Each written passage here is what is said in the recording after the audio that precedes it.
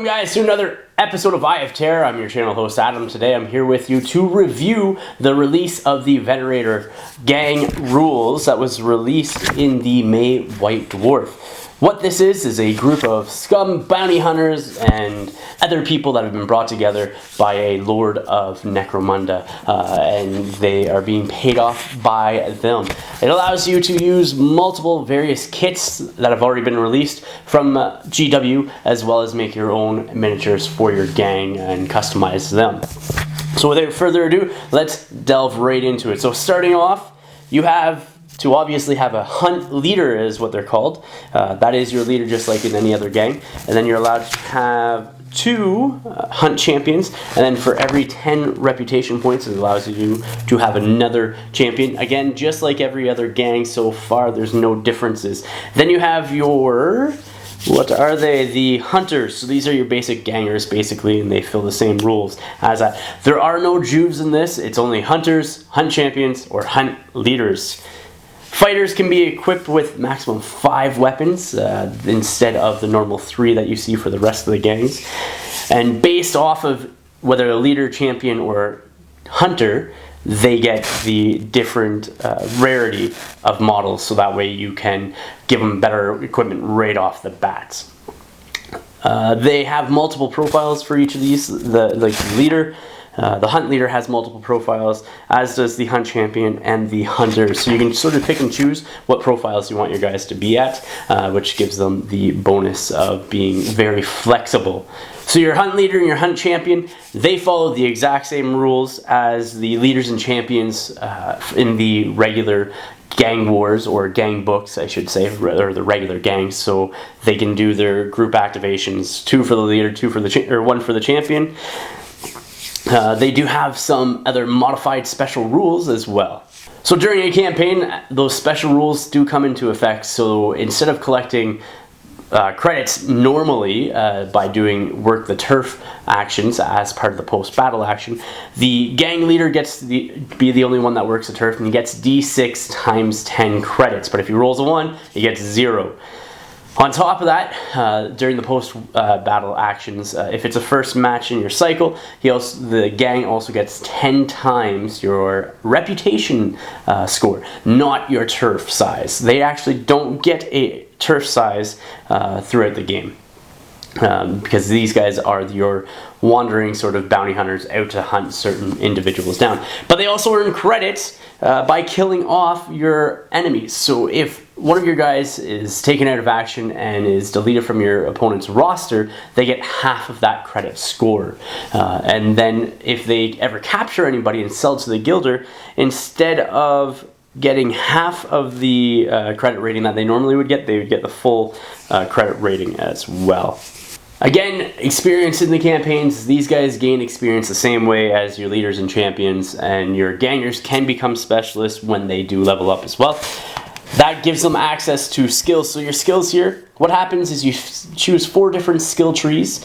You number them 1 through 4. Your primary skills for both your champions, your leaders, and your specialists will be your skill tree 1, skill tree 2. Obviously, your leader will get leadership as a primary, and then your champions will get leadership as a secondary. And so that's how you pick your skills, but everybody has the same skill trees. So you pick the 4 and you go from there. They can't hire dramatis personae. Sorry, let me correct that. They can't hire bounty hunters during the campaign. So they can hire hive scum, and they can hire dramatis personae, so like the name characters and stuff like that, but they can't actually hire bounty hunters because they're already a group of bounty hunters working together, so they're not going to hire on anybody else that might interrupt how they work together as a group and whatnot. Moving on into the stats, I'm just going to give you the example of the leader stats. You can go check out the rest of the stats in the May White Dwarf. So here's, I was talking how you can choose from the 4 different sets of stats for each model. So for the hunt leader, 105 credits normally, and they can take up to 11, a rarity value of 11 for the leader's equipment. Hunt leader, and so that's basically any equipment in the, I should say, before we move on, any equipment that is actually in the trading post that has a rarity of 11, so they have no restrictions on their equipment. So going into the stats, First one is for the hunt leaders: movement 5, weapon skill, ballistic skill 3, strength, toughness 3, 2 wounds, 3 initiative, 2 attacks, then 7, 6, 6, 5 for leadership, cool, will, and intelligence. Second one has a movement 3 for your leader, weapon skill 3, ballistic skill 4, strength 3, toughness 4, 2 wounds, initiative 5, 2 attacks, and then 6, 6, 5, 5 again for the leadership, cool, willpower, and intelligence. Then he has 3, 4, 5, 4, 4, 2, 4, 2 for the base stats, and then 7, 5, 8, 9 for the leadership, cool, willpower, intelligence. Last one, you have 4 for movement, 4 for weapon skill, 2 for ballistic skill, so really good shooting. Strength, toughness 3, 2 wounds, 3 initiative, 1 attack, 5, 5, 6, 5 for the other leadership, intelligence, and all those. So those are the examples of the stat lines. You can get the White Dwarf magazine, the May one, looks like that, for the rules for the rest of them. Some of the rarity values. So your champions can take a rarity value of 10, while your gangers, or sorry, not your gangers, your hunters can take a rarity value up to 8. The only thing is, all of them can have 5 weapons, or up to 5 weapons apiece, but again, unwieldy, as per normal, takes up 2. Alright, so going on, we have the House Legacy special rule. So what that is you pay 20 credits for one of your gangers or hunters and that, and it opens up the weapons from the house list of the originating gang. So this is where you can bring, say, a new Vansar model into your Venator gang, and you give them this House Legacy, so that way they can actually choose their equipment from that gang itself, or from that house list itself. So my thoughts on a Venator gang itself, I was really looking forward to the Bounty Hunters. I had some models that I made up previously for a Inquisition 28mm game that I really want to use in this. I think it would fit the theme, and so this Venator gang gave me the ability to do that.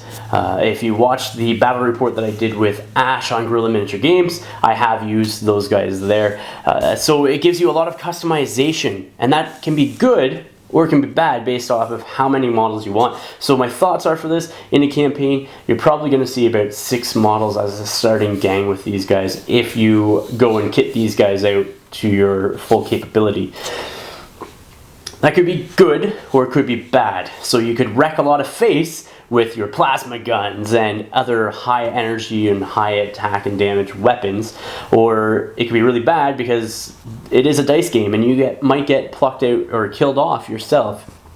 So I think you'll see numbers are low for starting gangs for these, instead of, like, I find an average of 8 models is pretty standard for a starting game, where I think these guys are going to be 5 or 6, I think, in total. The other thing for campaign-wise that might make it a little bit hard is how they earn their credits. So their credits, again, you earn D6 times 10 credits at the beginning of each cycle, your first match of each cycle, as part of your post-battle steps. If you roll a 1, it's a 0. If anything else is modified by 10. Sorry, that's my bad. That's the work the turf action for your leader. The collect income, you get your reputation times 10. And then you have to kill people, so have your opponent delete them off the roster, whether they retire them or kill them outright. I believe it's retire them. They can also do that. I'm just doing a quick check here.